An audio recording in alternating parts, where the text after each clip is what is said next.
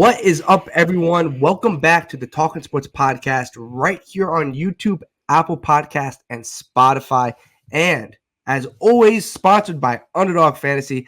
Make sure you use code TSP for a 100% deposit match up to $100, minimum of $10. And the reason you guys clicked on this episode, and this is the first time we did this type of episode, we talked about college football, we previewed seasons, we talked about realignment, we talked about the playoff, but we've never talked about conference championship. So this is conference championship week. You guys will be seeing this Wednesday morning, either audio or visual, and you guys will be breaking it down. We'll break down the 5 conference championships. But before we do that, Jer, where can everyone follow us on social media? Yeah, guys, we are on Instagram, TikTok, and Twitter at Talking Sports PD, posting our weekly football picks, basketball games picks. So follow us on Instagram, TikTok, and Twitter at Talking Sports PD for more content other than just the videos and podcasts we post on Spotify, Apple Podcasts, and YouTube. And don't forget to subscribe if you like what you're watching. You haven't subscribed yet. We really appreciate it. On the road to 5K. We're close. We're pretty close, I guess. So yeah, please don't forget to subscribe and at Talking Sports PD on all social medias. And you guys can obviously see there's 3 people here. We usually just Jer and I. But if you guys remember our college football preview where Jer sat out because he was vacationing in France, not working, but he was chilling in France. Ryan Matson joins the show again. Ryan, how we doing? Good. I mean, it's my 3rd time talking college football. First time I was pretty wrong. Second time was better. So hopefully we can really nail some predictions this time. So we're going to get right into it because we have no time and we don't want to keep you guys here for 2 hours because you guys won't care enough and you guys will click off. We have 5 games to talk about. We're going to start with the Pac-12, work our way to the SEC, ACC, Big Ten, and we're going to round it out with all you Texas fans, I guess Oklahoma State fans. I don't know if anybody listens. That's an Oklahoma State fan. And we'll do the Big 12. So Ryan, I'm going to start with you because Jared didn't want me to start with him. I'm throwing you under the bus, JR. Pac-12. Oregon, Washington. Obviously, Oregon's sitting at 5 in the country. Washington is sitting at 3 in the country, the new college football playoff. Obviously, Washington beat them a couple weeks ago head-to-head. What are we looking for in this matchup? Yeah, I mean, this is a big one. This whole weekend, like you say you've never done a conference preview or championship preview, it's usually just been a formality. Like this weekend's like we kind of know who the 4, maybe 5 teams. There are 8 teams with a legitimate shot at making the playoff. This has never happened. This has never been close to happening. It's crazy. So yeah, Pac-12, it was a great game. Washington won on a missed field goal, 2 Heisman contenders. Pretty much ever since that game, Washington has really been like skating by teams. They've been winning games, it's all you can do. But Oregon, on the other hand, has just been steamrolling teams. And they've been beating teams to the point that you see with Georgia sometimes where, like, they're beating good teams by so much. They don't look like good wins because then you just assume the other team is bad. Utah's not a bad team. Oregon State's not a bad team. They crushed both of them. So, I mean, Oregon's 9-point favorites, which might be, that might be shocking for some people, given Washington beat them and is ahead of them. But, like, Oregon's a wagon. Yeah, I agree. And to that loss against Washington, I mean, I was talking to Matson earlier. It's hard to beat a team twice. And usually you see the team that loses the first game usually tends to win the second game. You see that a lot between like Ohio State and Michigan, stuff like that, if they play twice in a season. Mm-hmm. And honestly, just looking at the stats, you said it was like a Heisman race. Like stats, not watching the football games aside, like Bo Nix is having a better season than Penix. I know that's just purely stats. But yeah, he's up there and competing. 100%. And obviously, you look at this game, this is probably, you could argue the best game of the weekend. Obviously, Alabama, Georgia's right there, 1A, 1B, whatever you want to do. And it's Friday night, so I couldn't even say the week. It's Friday night. It's an 8 p.m. Eastern start. And obviously, Washington won the first time. And a lot of people have chalked that up to them being at home. And you can say that's fair. You can say that's not fair. But obviously, this is nobody's home. It's a neutral site. It's in Vegas. Oregon, and we'll give picks in about a minute or two here. Oregon being 9.5-point favorites. I get it, but it's also like we're kind of just, I feel like we're just saying throwing Washington aside and Oregon's winning this game. Yeah. And I don't know if you can just do that to a team that's 12-0. Like, I get it. Washington has kind of skidded by against teams that they're way better than, but they're winning games. Like, they're winning games. You're doing everything you're supposed to. I kind of like Oregon in this matchup. I think most people do, but then that scares me thinking Oregon's 9.5-point favorites. We're just going to count Washington out. We're going to count Michael Penix out. That's honestly just out. Like, are we doing that? Like, I don't know if I really want to do that. That's just like a diss at the whole Washington football team. Like, they're going to use that as such motivation. Like, we already beat this team, and now we're 9.5-point dogs. Like, that just shows that the nation's kind of counting you out kind of already. And that could bite Oregon in the, you know what. Yeah, no, that's a fair point. I mean, Oregon, just in terms, like, they are one of the more complete teams. You know, Washington's defense has looked suspect. Oregon's number 2 in points per game on offense and number 7 in points per game on defense. Like, give Washington credit, they did play a tougher schedule. Washington beat Arizona early in the year, which didn't look like much at the time, but Arizona is really good. They were really team. Washington won on the road at Oregon State. They both beat Washington beat USC. I know USC wasn't great, but like still beat Caleb Williams. So they definitely have a more impressive resume in that instant, like in looking at it that way. But I mean, Oregon, if you look at that game specifically, they had 3 fourth down conversions that they didn't get. And they were all like, you know, 4th and short. That totally changes the game. Now, Washington, you have to give them credit. They stopped them. It's not like, you know, it's just, it's a very interesting game to look back on. It wasn't like, you know, and it ended on a missed field goal and a makeable, like it was a weird game. It wasn't like each team played their best game and Washington. No, yeah. You know? There were turnovers. Like it was interesting.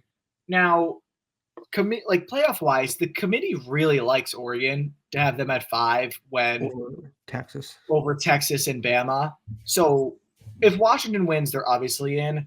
I think Oregon's gonna be in it no matter what if they win too. If they're already at 5.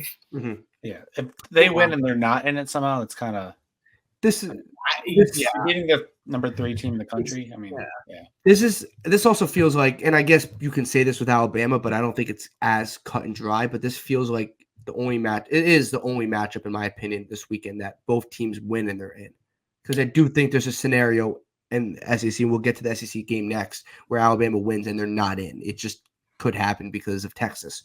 But this is like the one game that feels like whoever wins this kind of just either Washington stays where they are or Oregon replaces them. That's what I think. It's just a quick flip. If Oregon wins, they go up to 3. I do think they would jump a potential undefeated Florida State team. That's just my opinion.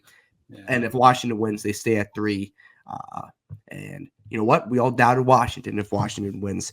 But look, this matchup's great. You have great receivers on both sides. Troy Franklin, Romeo Odunze, who I think is going to be a first-round pick this upcoming draft. Both quarterbacks are right there in the Heisman. I think I agree with JR. I think Bo Nix has kind of taken maybe that one step ahead of Michael Penix, but I don't know if I want to count Michael Penix out.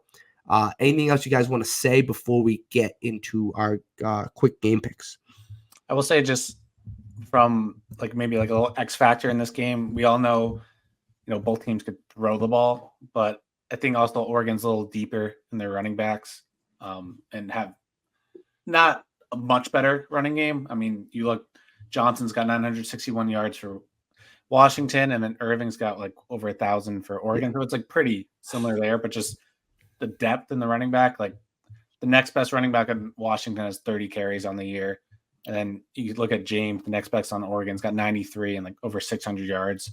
So that could, if it turns into a little, it's not going to be in the trenches, but if the Oregon can win in the trenches, I think that could be like a little X factor in that game.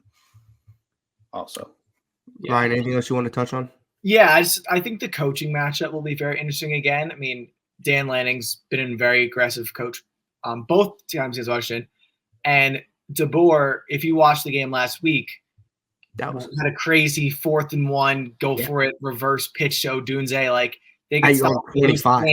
Are you on 25? Yeah, 2 very aggressive coaches, 2 very good coaches. I mean, these both took over last year and both have done tremendous jobs. So it'll be interesting to see in their third matchup against each other and only the last like 16 games or something. How aggressive they are, how that ends up going. So Ryan, I'm going to start with you. Oregon, Washington. Who do you like? Yeah, so we talked about Oregon's favored by a lot. I'm taking Oregon 41-27. I'm really on the Oregon bandwagon right now in terms of thinking that they legitimately can win the national championship.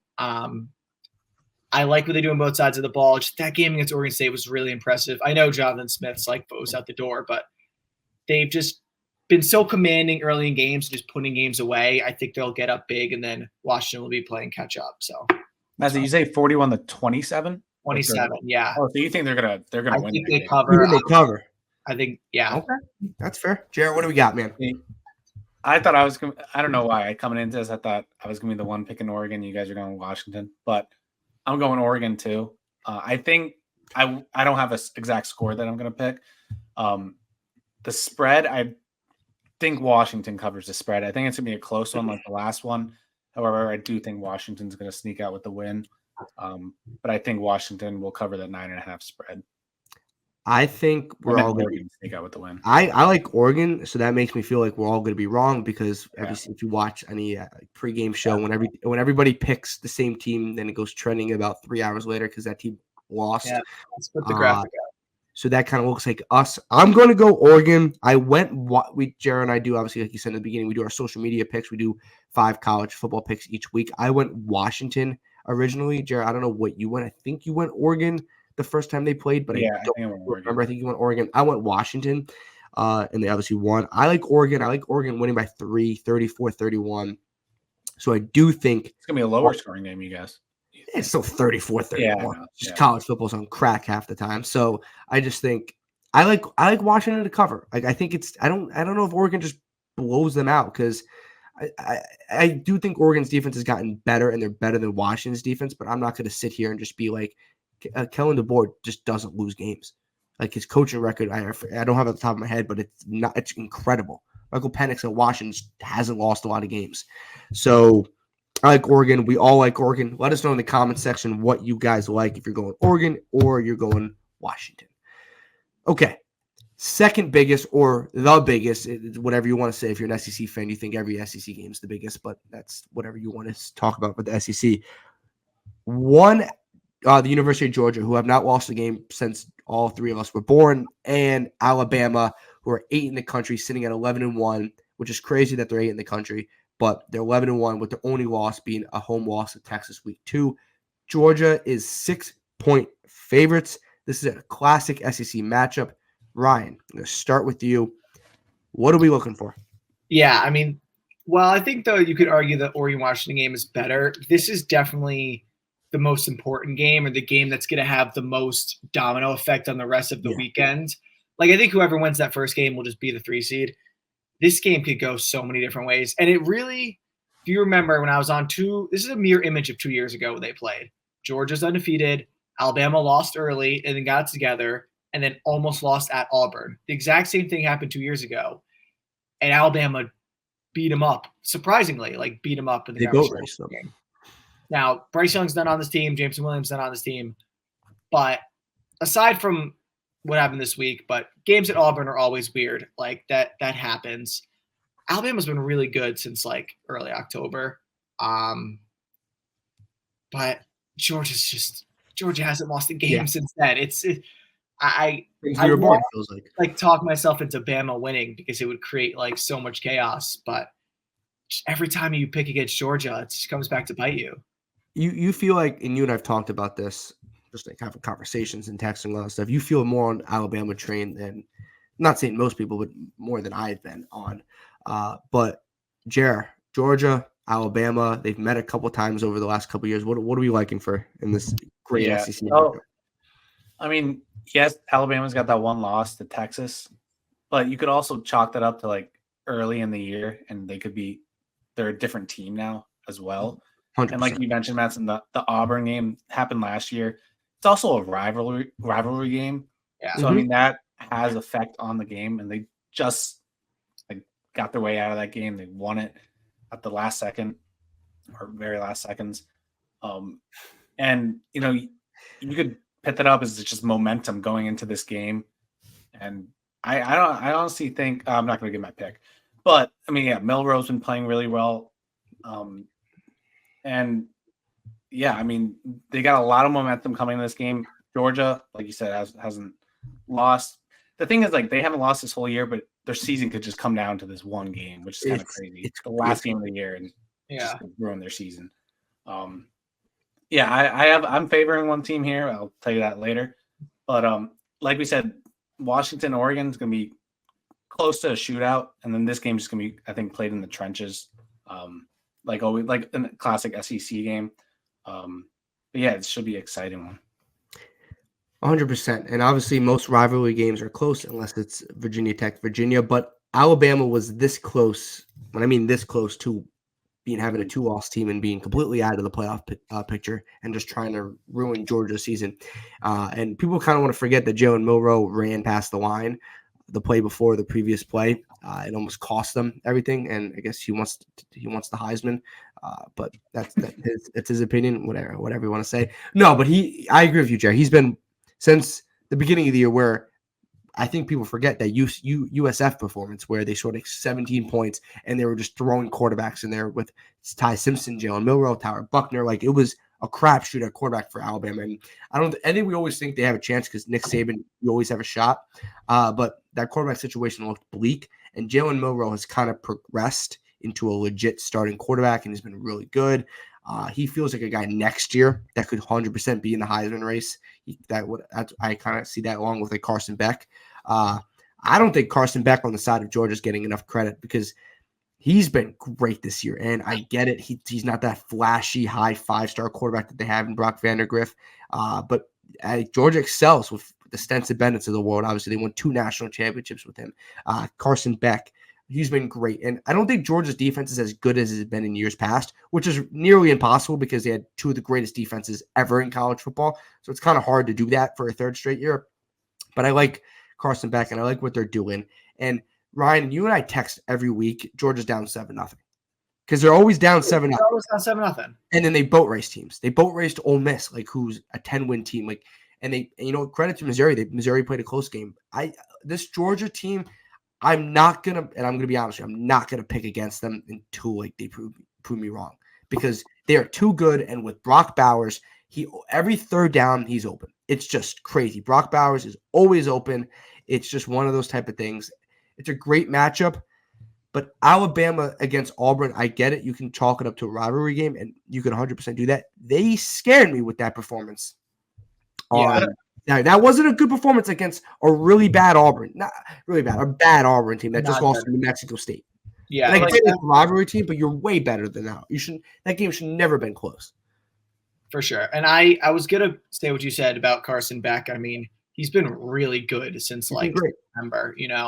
The numbers are great. I mean, it's not just like checkdowns too. Like, they take shots down the field with Bowers, with their receivers. They did have Bowers and guys were out last week. I'm assuming that they were just resting them. Kirby Smart wanted to do a little rest. He says he's active now. Yeah, so I think that was – and, Georgia Tech's not terrible. Like, that wasn't – they didn't blow the doors off at Georgia Tech.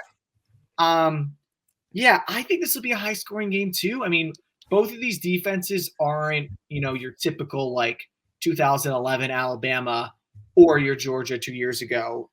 And the thing, Georgia – their first quarter defense has been really suspect this year. They don't believe in starting. Tennessee scored first. Missouri scored in the first quarter. Ole Miss scored twice in the first quarter. Georgia Tech. So that's the last 4 games. If you go down, 14-3 to Alabama, that's a very different conversation than going down to Ole Miss. I mean, Ole Miss is good, but or Georgia Tech. I agree. You just come back on Nick Saban teams like it's nothing. Like, that's not. Now, I'm not saying that Georgia's going to put themselves in that hole, but I don't think they won't just be able to dig out of it like they do against all these other teams.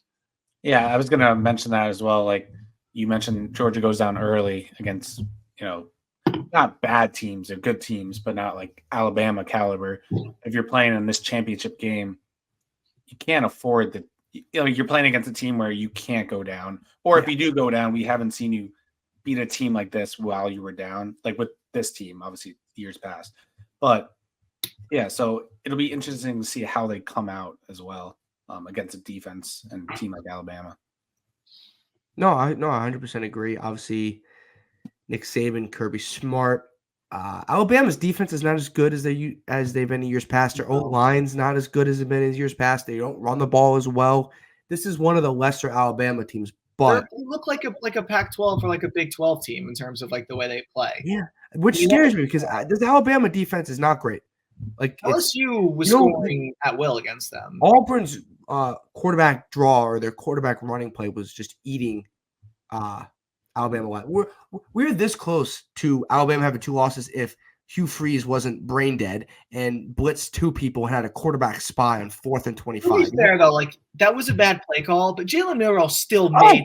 It's great, but he pulled a Sean McDermott. He pulled a Sean McDermott and blitzed 2 and put a quarterback spy, and it was just like we're just gonna. And then somehow some guy got one-on-one coverage in the corner, which I have no idea how that happened when you have 3 guys.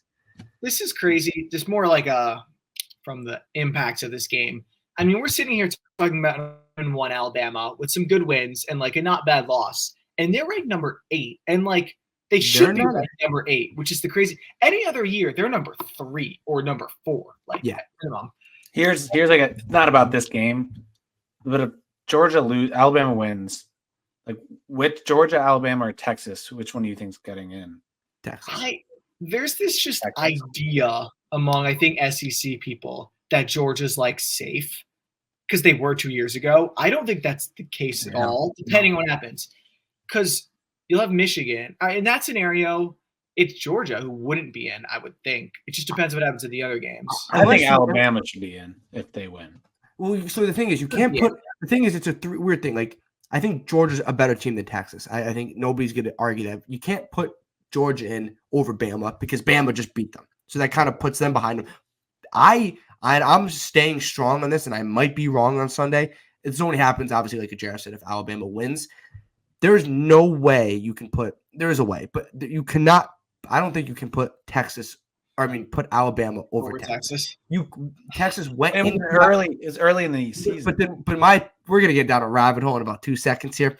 But then why would you play the game? What's the point of playing the game? Yeah. Why would you play it? I'm not coming at you, Jared. You're a lot of people agree with you. Point of playing? Oh, you mean early in the year? Why would you? Well, then what's the point of playing this game? Well, that's also a different conversation for a different day. Bama needs to play the game to get in the playoffs. Yeah, but if they're going to win, they still – because, I mean – So you think of Bama – we're going to get down a wrap. Oh, my God. I knew that's why this game is the most important game. Because if Georgia wins, it's not concrete. It comes down to Texas, Oregon, easy, like who is better one loss. If Alabama wins – they're not in 100%. I'm not saying they're in 100%. No. I think we will get in because we've never seen an SEC champion not get in. So until that happens, I'm going to believe it's going to happen. Yeah. People are going to lose their absolute mind. And someone is going to be enraged. And it won't matter as much next year because you go to 12 teams. So it won't matter as much like that kind of stuff. And that's why you can get better non-con games and harder schedules and all that fun stuff, which we need in college football. Yeah. But if people are going to lose their absolute minds if Alabama wins, Texas wins, and Alabama gets it over Texas because they're both one-loss conference Power 5 conference champions, and Texas beat them in Alabama, which is virtually impossible. Yeah, I mean, people are going to lose their mind. People are going to lose their absolute mind. Know by the time of this game, we'll know the Pac-12 winner, and we'll know if Texas won. Which they obviously Texas. Look, if Georgia wins this game, it's a moot point. Like this doesn't matter because Georgia's in. If Alabama wins, it creates a little like. Holy crap, we have a decision to make on Sunday. It's like if you look on Twitter, what makes college football so awesome is that you have such a variety of opinions of stuff. Like today, you have people saying Ohio State dropped way too far, and you have people saying Ohio State didn't drop nearly far enough. And that's why it's great. You'll see people who do projections like, oh, Bama's at 1 if they win this game, and then Bama's at 5 if they win this game. And it's so crazy. We're all in agreement, like Ohio State's out, right? No. Not necessarily. if Michigan wins. No. Not Michigan, Texas. It stops at Texas. I think they're probably. Jared, there's a scenario Ohio State makes it. There's We're a gonna get very Crazy. unlikely scenario. Okay. But yeah, what if? No, I can't. No, because Alabama would have the win over Georgia. Look, I think Texas deserves it over Alabama if they're both one loss. The only thing is with that, everyone's like saying the committee like might not put Florida standing because they lost their quarterback, and That's a kind terrible of grading on them now. Then you got to grade on Alabama now, and Alabama's better than Texas now if they win. They can't put Florida State in and Texas, and then say, "Oh my God, if we got an Pac-12 winner, either Oregon or Washington, doesn't matter to me. Michigan, Texas, and Florida State playoff people that would can be lose. People are insane. gonna lose. I mean, People are gonna lose because then you would have Georgia, Alabama, Ohio State not in the playoff, all in a New Year's Six bowl that they don't want to be in. I think, but We're I gonna don't think that happens. No, I think Yeah, okay. that's contingent on Alabama winning. Yes, so let's do this then because we're gonna get down a rabbit hole, and I don't want to do this because we only have an hour. Or we could do a whole episode of this freaking scenario, or just you could do a whole podcast of just random scenarios and just have your brain melt. Obviously, half of these scenarios don't get as interesting if Georgia wins, so we're gonna get to that. Ryan, I'm gonna start with you. Georgia, Alabama, what do we got? Well, I said this only gets interesting if Alabama wins, and we're gonna roll with Alabama winning. So let's make this interesting. I've been saying it for a month. This week made me not confident. Auburn winning made me less confident. But I had to remind myself, this is the same situation that happened 2 years ago. So I'm going Bama 34-27, win by a touchdown. I'm going to regret this. Georgia's going to win, but I'm going to go with Nick Saban. Jared, what do we got, man? You could hate on Alabama because they barely beat Auburn, or you could say it made them less cocky, more confident. They almost lost. They're staying in it. They have one more game. They got to win, and they're going to win against Georgia. I'll pull a score out of my ass. 31-27, Alabama. Roll Tide. I think you're both wrong. I think Georgia's the best team in the country.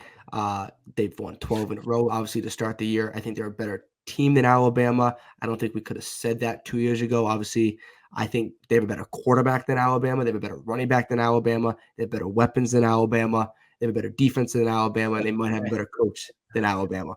They're the overall better team. I think I was thinking Georgia dominates. Better coach? I said maybe better. Hey, Kirby Smart's won 2 national championships in a row. So I'm going to go. I said maybe. I'm going to get on my high horse here. I'm going to say Georgia wins, and I'm going to say Georgia wins the whole dang thing, and then they three-peat. So I'm getting on my high horse here, and I'm just putting that out there that Georgia's winning this game, and they're going to smoke whoever they're going to play, and they're winning the national championship. So that's what I'm going right here. But I think Georgia wins. I think they're too good, and they don't like to lose games. Isn't that crazy, though? If they win this game, like, they're heavily favored to win the national championship, but they could just lose this game. Yeah, that's why the season's on absolute crack. That's why it's so crazy. That's why it makes the seasons and any other year, literally any other year. This isn't like just like a random statement. And literally any other year since the playoffs started in 2014, this Georgia would be in with a loss. Yeah, most likely. Last year they would have been. Ohio State was in with a loss, not even in a conference championship. Regular season. They didn't even play in the conference championship. Yeah. And they were the 4th seed, and they almost beat Georgia. They were a field goal away from beating Georgia. So, sorry to rain on your parade, Ohio State, but your parade's already rained on, so it doesn't really matter. But yeah, those are the 2 best games: Oregon, Washington, Georgia, Alabama. So now we're going to move to the next 3 games: the ACC, the Big 10, and Big 12. These only get the next game gets interesting. Big 10 and Big 12 only get interesting if someone pulls an upset. These games matter for one team in terms of playoff implications, whereas the other 2 matter for both teams. So we're going to go to the Atlantic Coast Conference, the ACC. Louisville taking on Florida State. An interesting matchup. Louisville coming off a loss to who did they lose? To Kentucky. A bad loss. Louisville has 2 bad losses. I guess Kentucky's an average loss. They also lost to Pitt, who is abysmal. And then you have Florida State, who's 12-0, who doesn't have a quarterback. This game is intriguing because of that. And right now that they're sitting at 2.5-point favorites, which makes me feel that Vegas has no idea what's going to happen in this game. So Ryan, 22-point favorites? 2.5. That's Vegas doesn't know. 14 Louisville, 4 Florida State. Ryan, I'm going to start with you. What do we got, man? Yeah, I mean, this game's lost a lot of juice the last 2 weeks, unfortunately. Jordan Travis' injury stinks. Like, it just stinks for college football. I mean, none of us are Florida State fans, but it's just you want to see the best guys out there. Louisville took a bad loss. This feels like the elephant in the room of like this whole weekend because, I mean, this will be the last game. We'll know, like, I guess, same time as Michigan, but like. Unless Michigan loses. So it's so tough because Louisville, Jeff Brom, this is what he does is he wins like big games. I mean, their big game of the year was Notre Dame, and they beat them pretty badly. This is what he did at Purdue. He won a bunch of big games, even when they would go like 8-4. But Florida State, and we'll talk about Jordan Travis. Their defense has been really good ever since early in the season, since whatever happened against Boston College.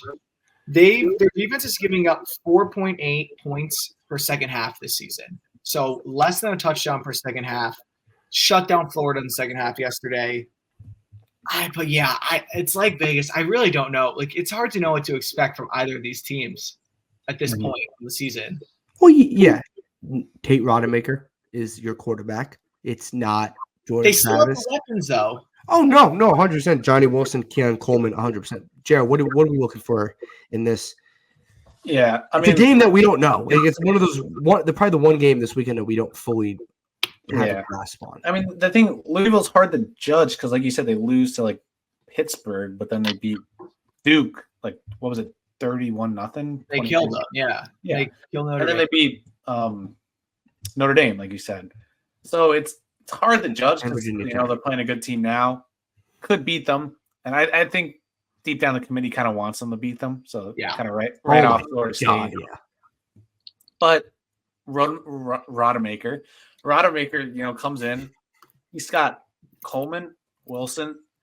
He's got weapons. He's got to be a game manager. Matson, you said they have a good defense. Should be able to win this game. Doesn't turn it over. Like, he's got to be a game manager. He hasn't turned it over this year.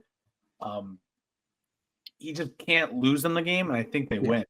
They have a good running game. And Trey Benson, he carried them last week. Florida, he had 19 carries for 95 yards and 3 touchdowns. Louisville as well, though. Yeah, Louisville's a great running back. The thing is with this game, if you're Tate Rodemaker, no turnovers. No turnovers. Hold the ball. Just take care of the ball. A game manager. I don't know. Like, I'm always rooting for the ACC. As a Virginia Tech fan, I don't hate Florida State like I hate Miami, UNC, Clemson, and Duke and Virginia. Those are the teams I hate more than Florida State. I'm not a huge Florida State guy. I'm not going to bang on the drum for Florida State.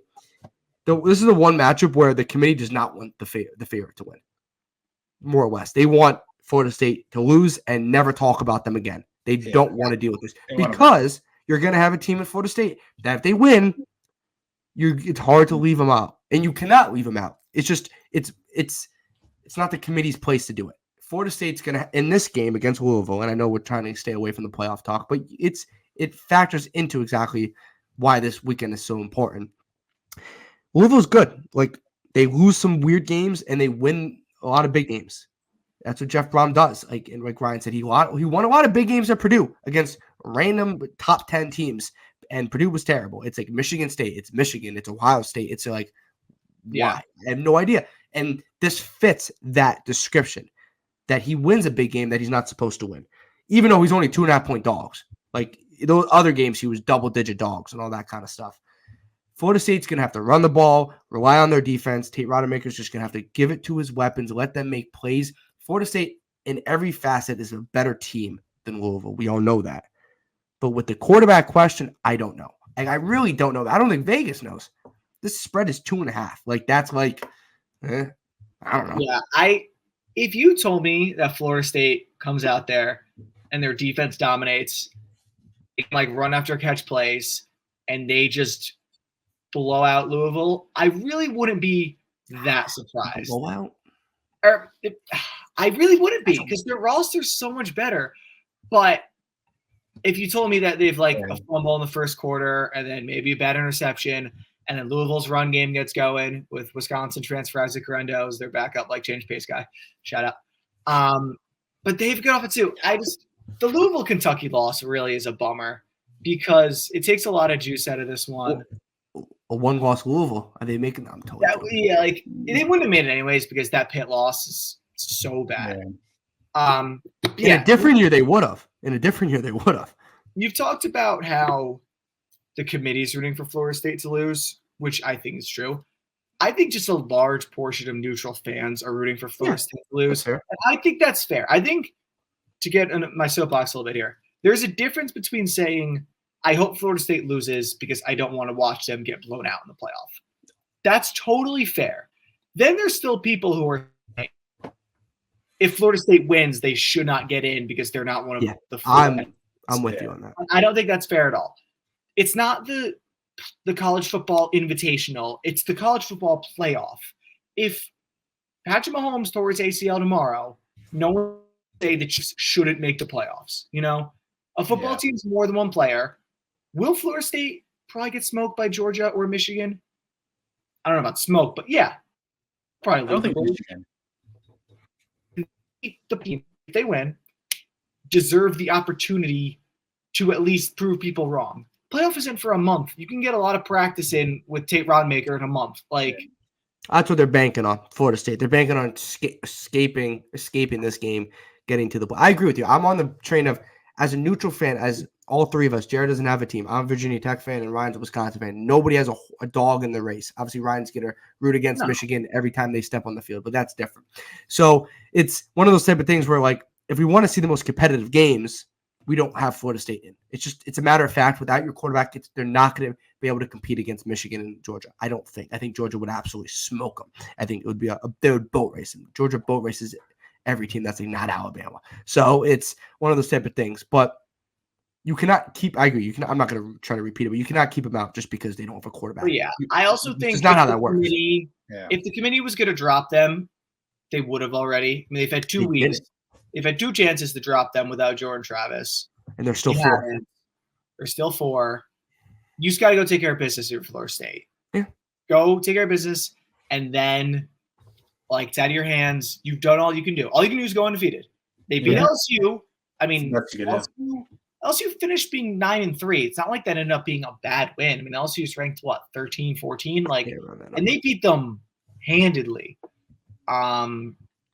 Clemson ended up bouncing back. Like, that's a good win now. And we'll see. Also, talking about coaching last time, like Mike Norvell, this is definitely, the biggest game he's coached in. He's a younger coach. Jeff Brom was in the Big Ten championship game last year, and Purdue gave Michigan about as good of a fight as you could expect in that scenario. And what's interesting here is this is the last game, like I said before. So we'll know, like, if you're a Texas fan and you've won in the morning, they're all going to be rooting for Louisville. Yeah. Like, if it all comes down to a close, late Florida State Louisville game, that would make for some pretty good Saturday night drama. Yeah. Okay. With that being said, and for time constraints, we're going to get to our game prediction. So, Ryan, I'm going to start with you. Florida State, Louisville, what do we got? And is Florida State getting in the playoff? Yeah, I said I wouldn't be surprised if they blow them out. I'm not going to predict that. I'm going Florida 27, Louisville 24. Maybe they make one more play, Trey Benson run, interception, something. I have Florida State going undefeated. JR? Yeah, so Louisville's won the big games. I think their luck runs out. I think Rodemaker's going to lean on Coleman and Wilson as playmakers. Not going to turn the ball over. It's going to be 27-14. I agree with you guys. Florida State. I think they're the better team in probably every facet of the game outside of the quarterback. If Rodemaker just kind of takes the checkdowns, gets the ball to his weapons, relies on the running game, doesn't turn the ball over, they're going to win this game. It's not going to be pretty. I don't think it's going to be an ugly fest. I think Florida State fans are going to be sitting on the edge of their seats. I got them winning 20-17.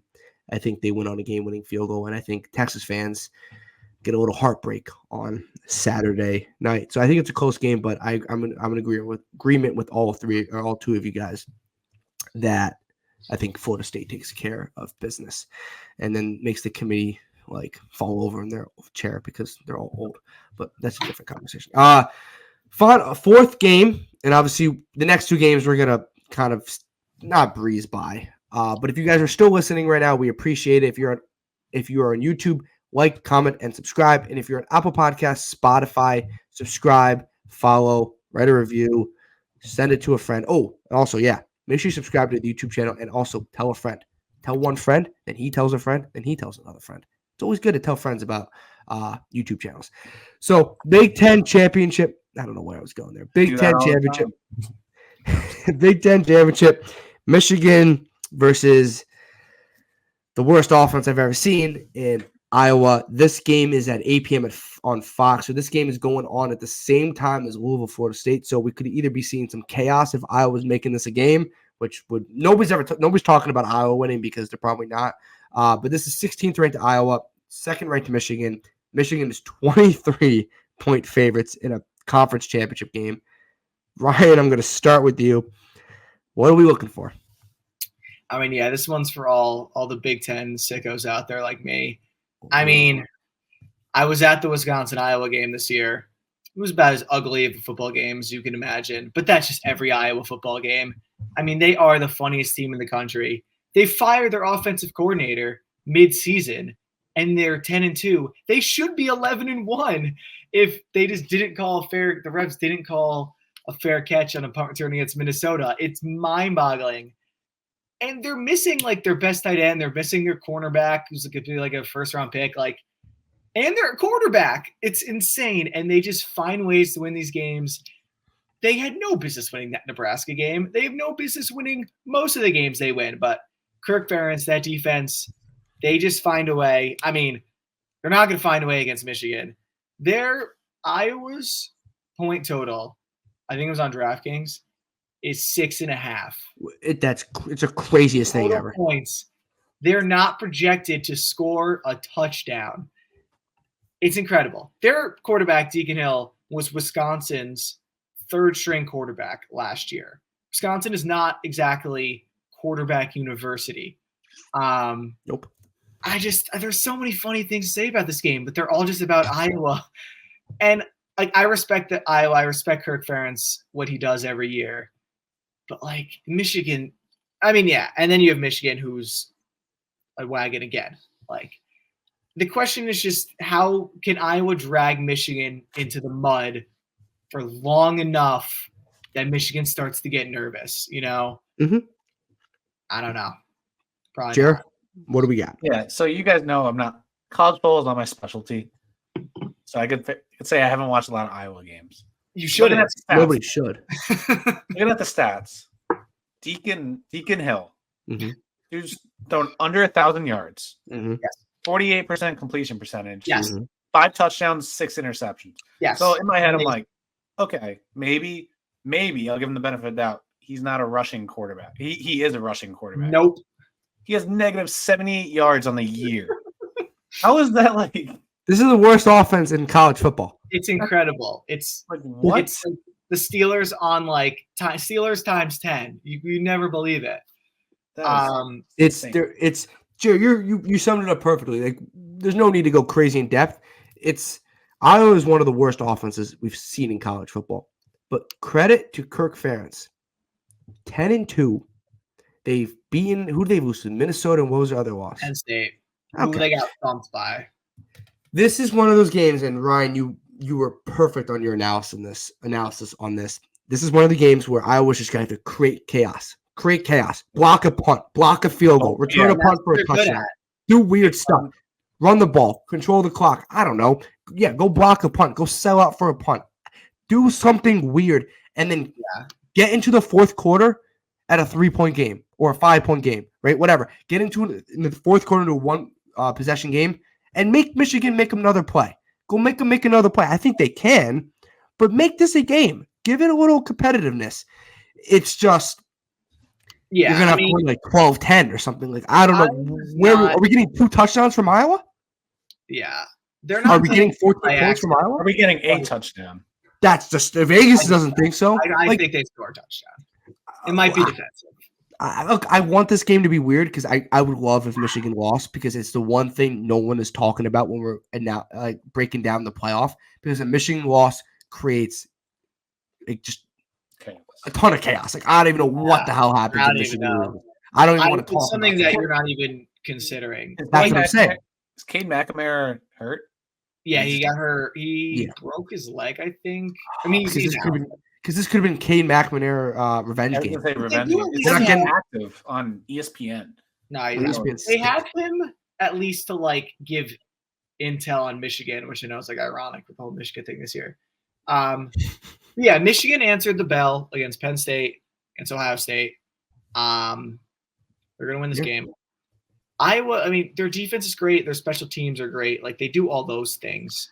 They're gonna have to block a punt, right? They're gonna have to block a punt. Like how much of your Michigan here? They beat Penn State just running the ball. They're gonna run the ball. They're just gonna run the ball.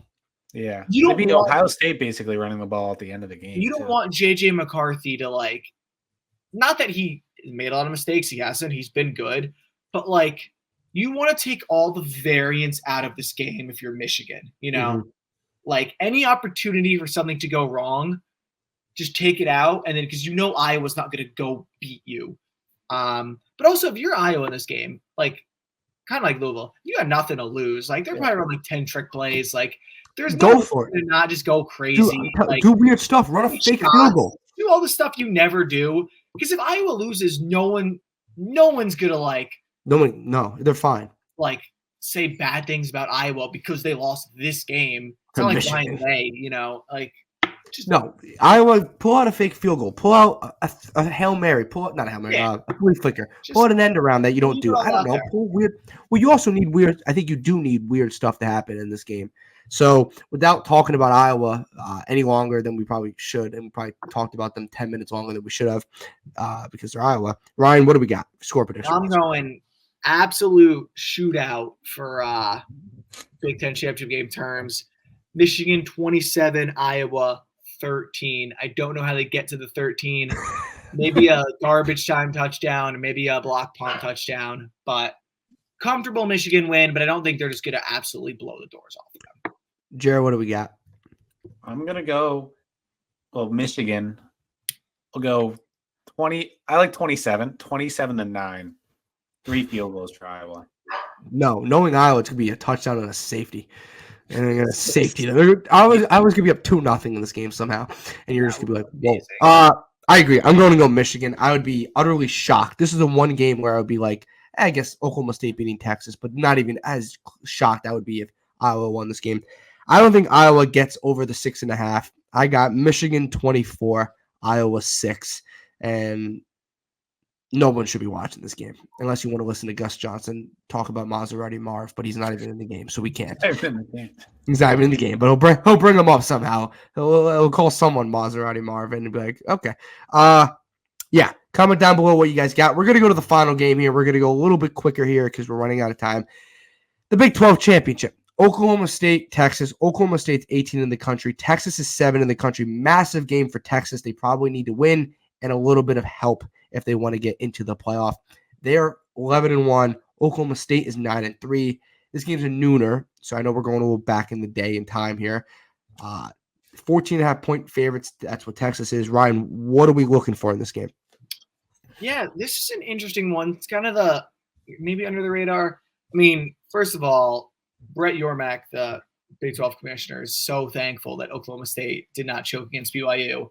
Or also would have been Texas and Oklahoma, who are both leading for the SEC. Texas winning, as we've talked about, kind of puts the whole rest of the day in motion. And like Oklahoma State, I mean, their offense is much better, but Mike Gundy's similar to Kirk Ferentz. He's been there forever, and no matter what the roster, he's gonna win you like 9 games. And like this year, Oklahoma State lost to South Alabama at the start of the season. Like they were horrible. Yeah. And then they just found it. I mean, I know you're talking about Ollie Gordon, but he's great. And that's where this game's going to come down to, I think. You got Oklahoma State's rush offense and Ollie Gordon versus Texas, who has a very good D-line and the number 5 rushing defense in terms of yards. So if Oklahoma State's going to pull up an upset, I think it's 13-point spread? 13, 14? I think I just said. They're going to have to run by Texas, which isn't easy to do. Jared, what are you looking for in this game? I mean, Pete, similar to what you were saying with the Iowa, Oklahoma State's got nothing to lose, really. Pull out all the stops. I mean, pull out all the trick plays, all the stops, emphasize the run, like Matson was saying. I mean, Gordon's got 1,500 yards on the year, 20 touchdowns.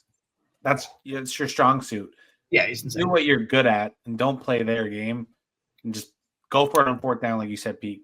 Do a fake punt here and there, end arounds, trick plays. Like, you really got nothing to lose. I mean, I know there's bowl games involved, but I mean, I'm someone who doesn't really care about those. So, I mean, Oklahoma State, they would love, I mean, Texas is leaving for the SEC. They would love to send them off, like losing this game. That would be the Big 12 wants everyone that's staying wants amazing for them. Oklahoma State to win this game. Yeah. We saw this kind of a role reversal 2 years ago where Oklahoma State was the one who was the 5 seed, who was like, well, if they win, they're probably in. And that was a great game against Baylor where they literally lost by like half a yard. Yeah. I mean, so you have the revenge. I know it wasn't against Texas, but, from Oklahoma State standpoint, you're trying to avenge that game. Yeah. It's one of those games. Look, Ollie Gordon's one of the best running backs in the country. He might be the best running back in the country. This is a team that also lost to South Alabama. Like, that was a long time ago, though. But they also got blown out by UCF like a few weeks ago. They're a weird team. I don't know what you get from Oklahoma State, but Mike Gundy is a great coach. He wins 8 to 10 games every year. He always finds a way. They're 9-3 right now, and this is such a Texas thing. Such a Texas thing would be. Obviously, they don't know if they win, and they might need a little bit of help. But such a Texas thing would be like to not even give them a shot on Sunday. Would be to lose, be 11-2, and then eliminate one of the teams, which opens up the door for a little bit of some chaos. Definitely between the teams. You said the South Alabama loss was a while ago. We're not doing this. A week after Texas beat Alabama. True, but the difference is. No one's saying Oklahoma State should make the playoff. That's not. No, I'm just saying. I'm not projecting. No, I know. They're a weird team. I think this might be a game where, like, the point difference might matter. Like, if Texas wins by 3. Oh, what are we playing this game? 30. Like, yeah, actually, I didn't even think about that. This is the weekend we're in here, which has never been the case before. Yeah, that's fair. But Oklahoma State, except for randomly when they do, like, usually doesn't go to. I mean, they were losing the whole game to BYU last week. They found a way. They came back. They won the game. It's an interesting game. It's a cool game. It's a Texas thing to lose this game. I don't know if they do. Yeah. I think they're better than Oklahoma State, and I don't know if I fully trust Oklahoma State like to pull a 4 quarters against and beat Texas. They beat Oklahoma, though. They'll beat Texas, so by the transitive property. Then again, that's also like rivalry last time. No, I know. Home. Oklahoma State, Texas, not a rivalry at all? It's not as big as like Oklahoma State. It's not like an every year, like.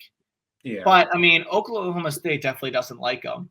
That's sure. And Ryan said a couple minutes ago, nice way to send Texas back into the SEC is to beat them in the Big 12 championship and keep them out of a shot at making the playoff. So we have to factor that in. Oklahoma State's a good team, and Mike Gundy finds a way to win games. This is like kind of like a better version of Jeff Brom at Louisville, like where like you win big games, he wins big games. They're gonna be in this game. 14.5 is a lot of points. I'm not saying this is going to be a back and forth close game, but 14.5 points is a lot of points in my opinion. So we're going to get right to it, Rye. I'm going to start with you. Score predictions, Texas, Oklahoma State. Yeah, I mean, prior to last week, Texas has been keeping like every game close. You know, they're close with Houston, close with Kansas State, close with TCU. But then last week, they just found something against Texas Tech. I don't know. So I wouldn't be surprised if you if someone turns this game on in the fourth quarter and it's a one-score game. But I do think Texas pulls away. I have Texas 31 and the Pokes 16.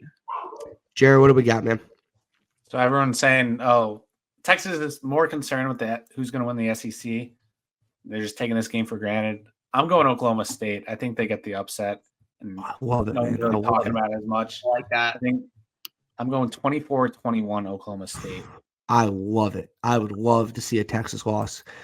Not love, but it'll be interesting. I'm going to go on side of caution here. I'm going to go with Ryan here. I like Texas. I think Quinn Ewers, obviously, he gives them a much better offensive flow than they do with Malik Murphy. We kind of saw their struggles with the freshman quarterback and Malik Murphy in the middle of the year when Quinn Ewers got hurt. Obviously, Texas knows they probably have to win and they need some help, but they take care of business at noon. They do what they're supposed to, and they're 12-1 as a Big 12 champ, as a Power 5 champ. I like Texas 31. I like Oklahoma State 20. So I do think Oklahoma State covers that spread. Ryan, you don't. You had 31-16. Is that what you said? Yeah, I think Texas just puts it on them late. I think the spread's about right. I don't know. Okay.